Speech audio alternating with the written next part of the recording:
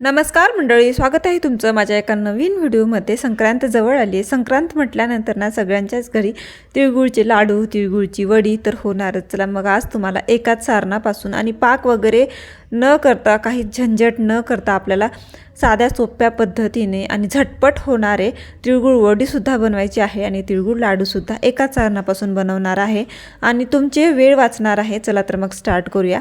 तर इथे मी ना 3 वाटी तीळ घेतलेले आहेत आणि आपल्याला ना हे तीळ जाडसर भांड्यामध्ये भाजायचे आहेत। गॅसची फ्लेम स्लो ठेवा आणि ना लगेच टाका, म्हणजे ती कढई गरम झाल्यानंतर टाकतो तर असं नका करू, आणि नाहीतर मग पटापट हे लगेच भाजून जातील। आपल्याला छान असे मध्यम गॅस करायचा आहे आणि छान हे तीळ भाजून घ्यायचे आहेत 5-6 मिनिट।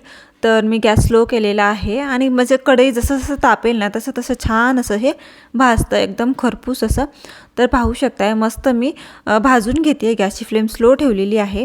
आता हे तीळ चटचट उडत होते, मग त्यानंतर मी 2 ते 3 मिनिटं छान असे याला भाजून घेतले आणि आता त्याला एका प्लेटमध्ये काढून घेतलेले आहेत। आपल्याला आता थंड करायचं आहे। त्याच्यानंतर इथे मी ना 1 वाटी शेंगदाणे घेतलेले आहेत। 3 वाटी आपल्याला घ्यायचे आहेत तीळ आणि 1 वाटी शेंगदाणे। जर तुम्ही मिश्रण केलं ना खूप छान लाडू होतात। तर शेंगदाणे सुद्धा आपल्याला तसंच भाजून घ्यायचे आहेत। तर पाहू शकताय मी शेंगदाणे सुद्धा छान असं मंद गॅसवर भाजून घेतलेले आहेत, म्हणजे सगळीकडून शेंगदाणे जे आहेत ते छान भाजले जातील। आता आपल्याला तिळांमध्येच अशा प्रकारे मी शेंगदाणे काढून घेते आणि तीळ आणि शेंगदाणे दोन्ही थंड व्हायला पाहिजेत। आता मी एका मोठ्या ताटात काढून घेतलेत, म्हणजे पटकन थंड होऊन जातील। तर आता तीळ आणि शेंगदाणे थंड झालेत, त्याच्यानंतर ना मी मिक्सरच्या भांड्यात सुद्धा टाकून घेतलेले आहेत। आता आपल्याला हे ना प्लस मोडवर फिरवून घ्यायचं आहे आणि एकदम रवाळ असं हे मिक्सरला फिरवायचं। जास्त बारीक नका, पीठ नका करू ह्याचं। अशा प्रकारे पाहू शकता कुठे कुठे ह्याच्यामध्ये ना तीळसुद्धा दिसत आहेत। अशाच प्रकारे आपल्याला हे फिरवून घ्यायचं मिक्सरला। तर सगळंच मी मिक्सरला वाटून घेतलं आहे, पाहू शकता तुम्ही एवढं झालेलं आहे। त्याच्यानंतर इथे ना 1 ते 1.5 चमचा आपल्याला तूप टाकायचं आहे। तूप टाकल्यानंतर ना तेच तूप आपल्याला लगेच ह्या ताटाला लावून घ्यायचं आहे। बटर पेपर असेल ना तर बटर पेपर टाकून त्यालासुद्धा तुम्ही तूप लावून घेऊ शकता। आत्ताच आपल्याला ही प्रोसेस करावी लागणार आहे, नंतर आपल्याकडे टाईम नसतो, पटापट हे आपल्याला एक प्रोसेस करून घ्यावी लागते। म्हणून आपल्याला पहिल्यांदा काय करायचं आहे, ताटाला तूप लावून साईडला ठेवायचं आहे। त्याच्यानंतर ना इथे मी घेतलेला आहे 1/2 किलो गूळ।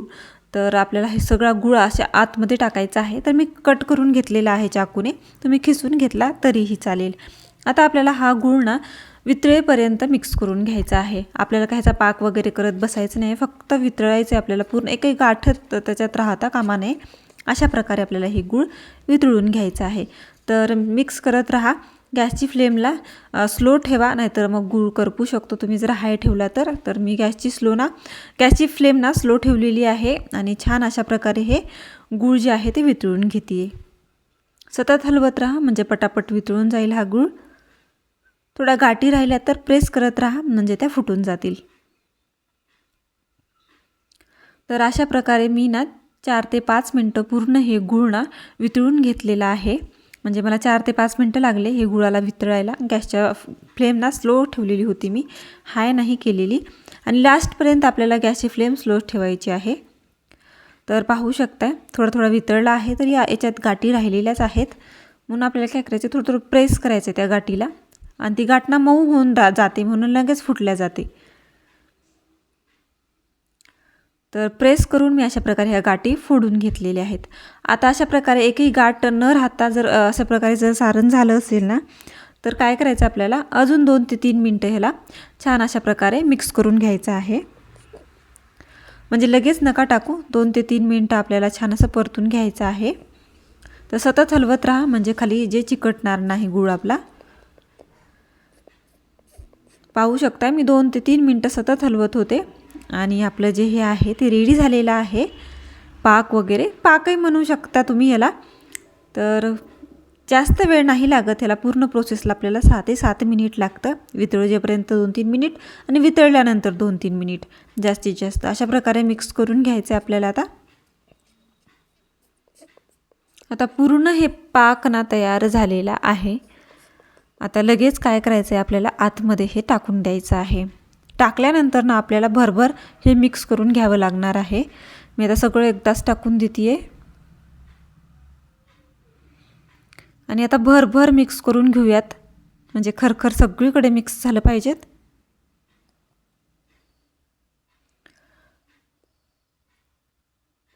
पूर्ण गुळामध्ये हे शेंगदाण्याचं आणि तिळाचं जे कूट आहे ते मिक्स करून घेऊयात.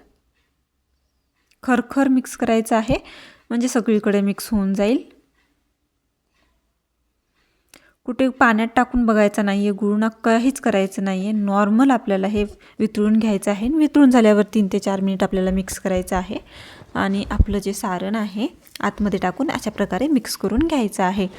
आता खरखर मिक्स केलेलं आहे, मस्त मिक्ससुद्धा झालेलं आहे, पाहू शकताय तुम्ही. आता काय करायचं आहे, आपण जे प्लेटला तेल किंवा तूप लावून ठेवलं होतं जे साईडला, ते प्लेट घ्यायचं आहे आपल्याला आणि ना जेवढ्या आपल्याला वड्या बनवायच्या आहेत तेवढ्या आपल्याला सारण त्या प्लेटमध्ये काढून घ्यायचं आहे.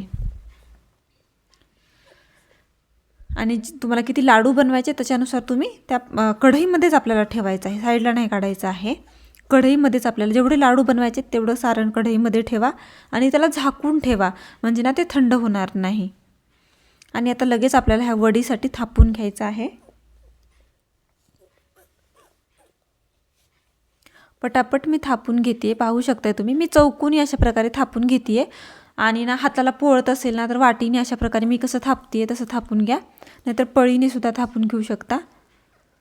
लगेच थापल्या जातं आणि हाताने ना त्याच्या कडा वगैरे अशा प्रकारे आतमध्ये प्रेस करा, म्हणजे कडनं जे आहे ते असं कातर कातर होत नाही, एकदम छान होतं. आता वरून भाजलेले तीळ लावू शकता किंवा कच्चे सुद्धा तीळ, किंवा तुम्ही ह्याच्यात हे काजू बदाम तुम्हाला जे पिस्ता मनुका काय जे वाटेल ते तुम्ही ह्याच्यावर लावू शकता, जर तुम्हाला खूप छान वडी दिसायची असेल वगैरे तर. ड्रायफ्रूट्स कोणते तुम्ही इथे वरून लावून घेऊ शकता. त्याच्यानंतर आपल्याला आता कट करून घ्यायची वडी. तर थंड झालेली आहे, मी सगळं करू जसं प्रोसेस. आता आपल्याला हव्या तशा साईजमध्ये तुम्ही इथे चौकोनी करू शकता किंवा तुम्ही ते ट्रायंगल कसंही तुम्हाला आवडेल ते इथे करून घेऊ शकता तुम्ही शेप. तर लगेच कट होऊन जातं, काही जास्त प्रेस करायची गरज नाही. पाहू शकता मी किती हलक्या हाताने कट करून घेते. बघा मी हलक्या हाताने छान अशा वड्या पाडून घेतलेल्या आहेत आणि मस्त अशा पडल्यासुद्धा आहेत. एकदम चौकोनी असा आकारसुद्धा आलेला आहे या वड्यांचा.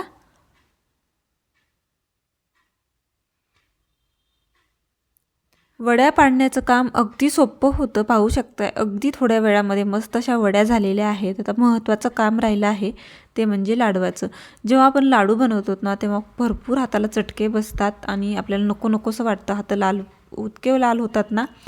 तेव्हा तुम्ही ना अशा प्रकारे लाडू बनवा आणि मस्त अशा आपल्या वड्या तर रेडीच आहेत. आता लाडू बनवायला घेऊयात. तर पाहू शकताय थोडंसं थंड आहे, पण तेवढंही थंड नाही आहे, नॉर्मल गरम आहे. हे जास्त थंड नाही होऊ द्यायचे, नाहीतर लाडू वळल्या नाही जाणार. आणि मी पाहू शकताय आता झाकण उघडलेलं आहे आणि गॅसवरच ठेवलेलं आहे, गॅसच्या खाली नका घेऊ. गॅस बंद केला तरी ना ते गरम त्याची वाफ असतेच, म्हणून ना मी वरच ठेवलेलं आहे. आणि वरच आपल्याला हे लास्टपर्यंत बनवून घ्यायचं आहे. आणि एकदम सगळं मोकळं नका करू, जितकं जितकं थंड झालेलं आहे तितकं तितकं थोडं थोडं काढायचं आहे आपल्याला. आणि अशा प्रकारे लाडू वळून घ्यायचे. ते एकदम छान असे वळल्या जातात, पटापट वळल्या जातात. वडी पाडू जेपर्यंत 4 ते 5 मिनिट म्हणजे गेले तरीही बिलकुल थंड नाही झालं आणि छान असे सगळे लाडू बनवून घेतलेत मी. पाहू शकता किती मस्त झालेले आहेत, एकदम ठिसूळ झालेले आहेत आणि वड्यासुद्धा मस्त पडलेल्या आहेत. आता वड्या आपल्याला काढून घ्यायच्या आहेत. किती छान दिसत आहेत पाहू शकता, एकदम स्क्वेअरमध्ये मी छान अशा एका लाईनमध्ये कट केलेल्या आहेत. आता त्याला काढून घेऊयात. आणि एकदम अशा हलक्या हाताने निघून जातात ह्या, काहीच हे नाही. तुम्ही बटर पेपर नाही लावला असं जरी केलं तरी काहीच हरकत नाही, लगेच निघल्या जातात. पाहू शकता किती सुळसुळ निघत आहेत.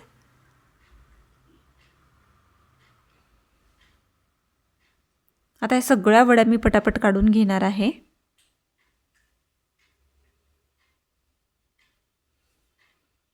एकदम असं बिलकुल चिकटलं वगैरे नाही आहे, अजिबात चिकट असं नाही आहे. एकदम छान अशा वड्या झालेल्या आहेत. आता वड्या आणि लाडू हे दोन्ही रेडी आहे. मला हे सगळं बनवायला 20 मिनिट लागलेले आहेत. आता व्हिडिओ 10 मिनिटाचा झाला आहे, पण 20 मिनिट लागलेले आहेत पूर्ण लाडू वगैरे वळून घेण्याला, पूर्ण सगळी प्रोसेस. आणि एकदम ठिसूळ आपले वडीसुद्धा झालेली आहे आणि लाडूसुद्धा झालेले आहेत. पाहू शकता किती ठिसूळ झालेले आहेत आणि खायला म्हणाल तर एकदम जबरदस्त झालेले आहेत. नक्की ह्या संक्रांतीला अशा प्रकारे ट्राय करा. तिळगुळाचे लाडू म्हटलं ना हाताला खूप चटके आणि लालबुंद हात होतो, तेव्हा हे व्हायचं कारणच नाही असे जर प्रकारे तुम्ही बनवले तर. आणि एकदम छान असे लाडू तयार आहेत. लहान मुलांना आणि मोठ्यांनासुद्धा नक्कीच आवडतील हे लाडू. आणि व्हिडिओ आवडला असेल माझा ह्या लाडवांचा तर माझ्या व्हिडिओला लाईक शेअर आणि सबस्क्राईब करायला विसरू नका. प्रमाण वगैरे तर सांगितलेलंच आहे. 3 वाटी तीळ, 1 वाटी शेंगदाणे आणि 3 वाटी आपल्याला गूळ घ्यायचा आहे वाटीनं म्हणाल तर. आणि आपले लाडू जे आहेत ते रेडी झालेले आहेत. नक्की ट्राय करा. व्हिडिओ आवडला असेल तर लाईक शेअर आणि सबस्क्राईब. Bye bye. भेटूया नवीन व्हिडिओमध्ये.